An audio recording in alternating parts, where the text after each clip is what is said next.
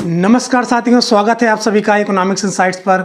मैं हूं निखिल वर्मा और आप हमारे साथ में हैं इकोनॉमिक्स का एक बेहतरीन टॉपिक पढ़ने के लिए। आज हम आपको ये बताएंगे कि जो पहले पिछली वीडियो में हमने पढ़ लिया था, हमने पिछली वीडियो में पढ़ा था कि प्रतिस्थापन प्रभाव, और उसके पहले हमने पढ़ लिया है कीमत प्रभाव और आय प्रभाव। ठीक है, आज हम जो बताएंगे वो बताएंगे कि जो आपका कीमत प्रभाव है वो प्रतिस्थापन प्रभाव और आय प्रभाव दोनों का कॉम्बिनेशन होता है।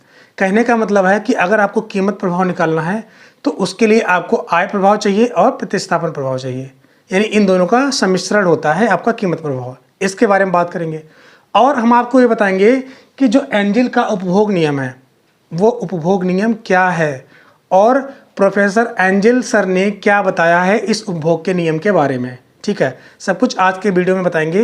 लेकिन वीडियो में आगे बढ़ने से पहले मैं आपको बता दूं, अगर आप मेरे चैनल पर पहली बार आ रहे हैं तो वीडियो को सब्सक्राइब कर लीजिए और वीडियो अच्छी लगे तो वीडियो को लाइक करना मत भूलें और अपने दोस्तों के साथ इसको जरूर शेयर कर दीजिए ताकि आपके बराबर उनको भी नॉलेज मिल पाए। चलिए आज की वीडियो हम शुरू करते हैं। जो एंजल का उपभोग नियम है ये क्या बताता है दोस्तों? जो जर्मनी है, जर्मनी के एक सुप्रसिद्ध अर्थशास्त्री अर्नेस्ट एंजल थे। उन्होंने 19वीं शताब्दी के मध्य में जो अलग अलग परिवार हैं जिनकी इनकम अलग अलग है, उनके पारिवारिक बजट का अध्ययन किया।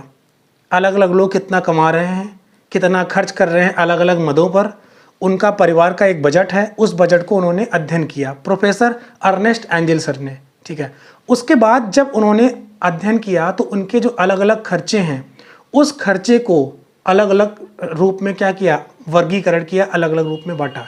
जैसे क्या हो सकता है, उनका मकान, उनका खाद्यान्न, उनका कपड़ा, उनकी जो वस्तुएं हैं, ठीक है, इन सब पर उन्होंने क्या किया, पारिवारिक जो खर्च है उन खर्च को अलग अलग मदों पर क्या किया, वर्गीकृत किया। अब उन्होंने पाया कि जो परिवार है, जितने भी परिवार वाले लोग हैं, उनकी जो इनकम हो रही है, उनकी इनकम का अलग अलग मदों पर कितना कितना खर्च होता है। उन्होंने इस चीज़ को अध्ययन किया और अध्ययन करने पर ये पाया, क्या चीज़ पाया कि अगर कोई फैमिली है, कोई परिवार है, वो ज़्यादा कमा रहा है, उस परिवार की इनकम ज़्यादा हो रही है, तो वह खाद्यान्न पर, यानी उसके जो खाने वगैरह हैं, इन सब पे खर्च कम करता है। पहली चीज़ तो ये निकाली।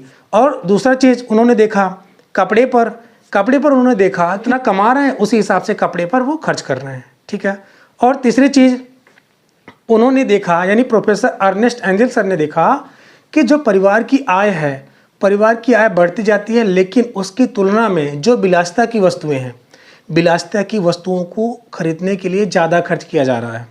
इन्होंने निष्कर्ष में ये निकाला। और चीज़ें क्या निकल के आई, इन्होंने देखा कि जो भी हमारे पास आवश्यक वस्तुएं हैं, उन आवश्यक वस्तुओं पर जैसे जैसे हमारी इनकम बढ़ रही है, जैसे जैसे आय हमारी बढ़ रही है, आवश्यक वस्तुओं पर कम खर्च किए जा रहे हैं। किसकी तुलना में? जो भी विलासिता की वस्तुएं हैं उस पर आय बढ़ने के साथ साथ हम ज़्यादा खर्च कर रहे हैं। तो प्रोफेसर अर्नेस्ट एंजल सर ने 19वीं शताब्दी में जो भी निष्कर्ष निकाला था, उस निष्कर्ष को हम क्या बोल देते हैं, एंजल का उपभोग नियम। अब आपको हम बताएंगे कि जो कीमत प्रभाव है वो आय प्रभाव और प्रतिस्थापन प्रभाव, जैसा कि यहाँ पे लिखा हुआ है, आय प्रभाव और प्रतिस्थापन प्रभाव दोनों को अगर मिला लेंगे या जोड़ लेंगे तो आपका कीमत प्रभाव निकल के आता है। ठीक है, समझिए कैसे। जैसे कि मान लीजिए कि आपके पास हमेशा दो वस्तु हुआ करती थी, एक एक्स वस्तु, एक वाई वस्तु। समझिए ध्यान से। जैसे कि मान लीजिए कि ये एक्स वस्तु है और ये एक्स वस्तु की जो कीमत है, ठीक है, एक्स वस्तु की जो कीमत है ये घट गई। अब आपको पता है जब एक्स वस्तु की कीमत घटेगी तो किसी उपभोक्ता की जो आय है, वास्तविक आय, वो बढ़ी हुई नजर आएगी। अगर बढ़ी हुई नजर आएगी तो जाहिर सी बात है उपभोक्ता क्या करेगा, कीमत कम हुई तो मांग को बढ़ा देगा।